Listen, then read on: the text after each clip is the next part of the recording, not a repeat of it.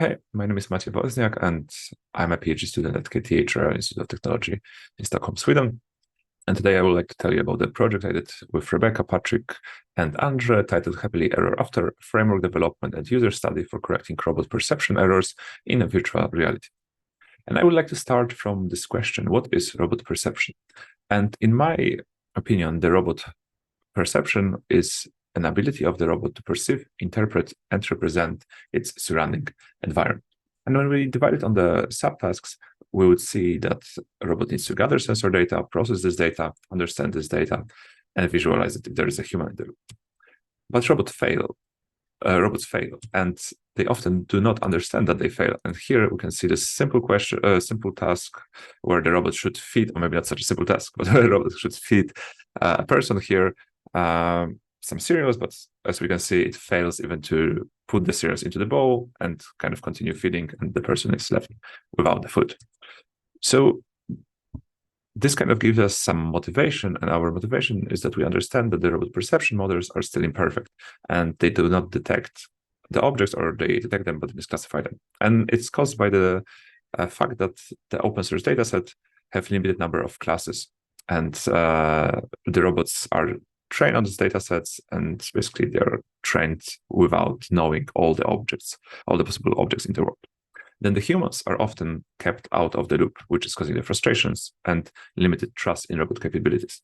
And finally, even if the humans are in the loop, they are often not given the possibility to improve or correct the robots.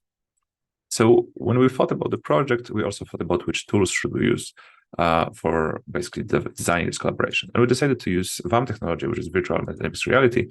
And this technology was greatly used in human-robot interaction, mainly thanks to this immersiveness and improvement of explainability.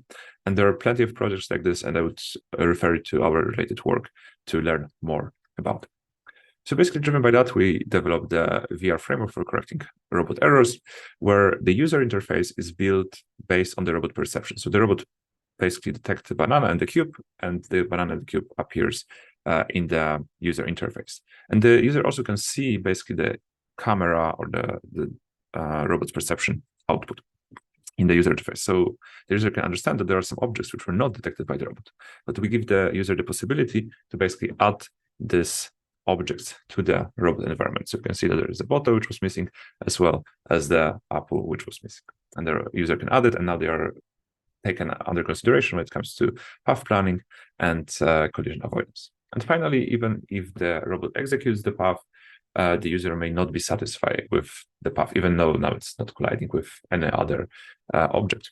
So we give the user possibility to rearrange the trajectory by moving the waypoints around. And when the user is satisfied with how the robot moves, the trajectory can be deployed to the real world. And here we can see the front car robot, which we used in our experiment to basically move the banana from point A to B. So when we think about the framework functionality, we can see that we can correct robot perception errors, correct proposed trajectory, understand how the robot perceives the environment, as well as execute different pick place-based tasks.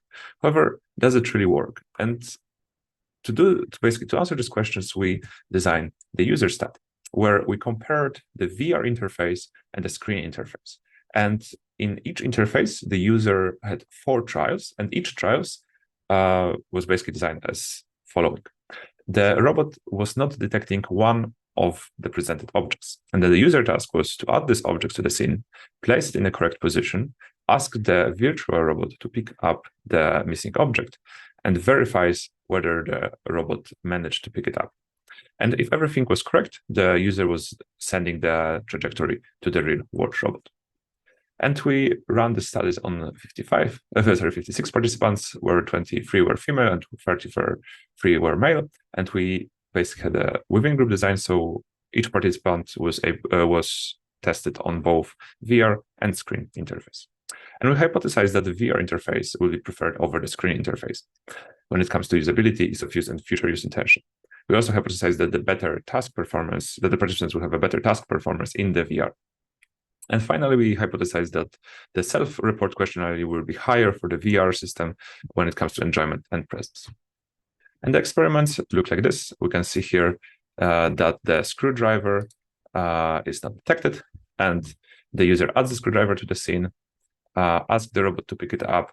The virtual robot picks up the object, places it in the correct position, and now the user asks the real-world robot to pick up the object and place it in the correct position. So you can see the real-world robot moving the screwdriver, and the user can see, of course, everything in the VR interface. And it was very similar in the screen interface.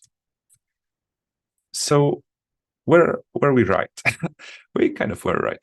So we confirmed the first hypothesis. So the users chose VR when it comes to usability, ease of use, and future use intention.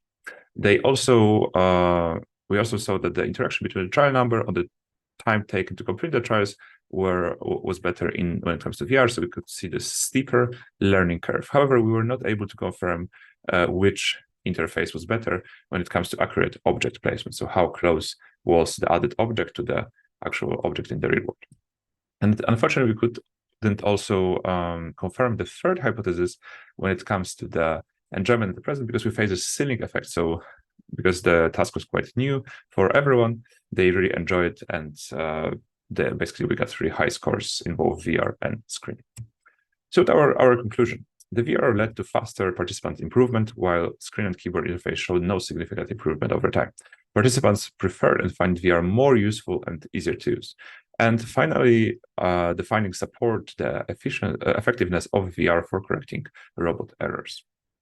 And at the end, I would like to leave you with this thought that the robot perception will fail, and it's our task to develop tools that account for that. And I would thank you for the attention, and thank all collaborators. And I would invite you to connect with us and reach out if you have any questions or you would like to collaborate on a similar project. Thank you.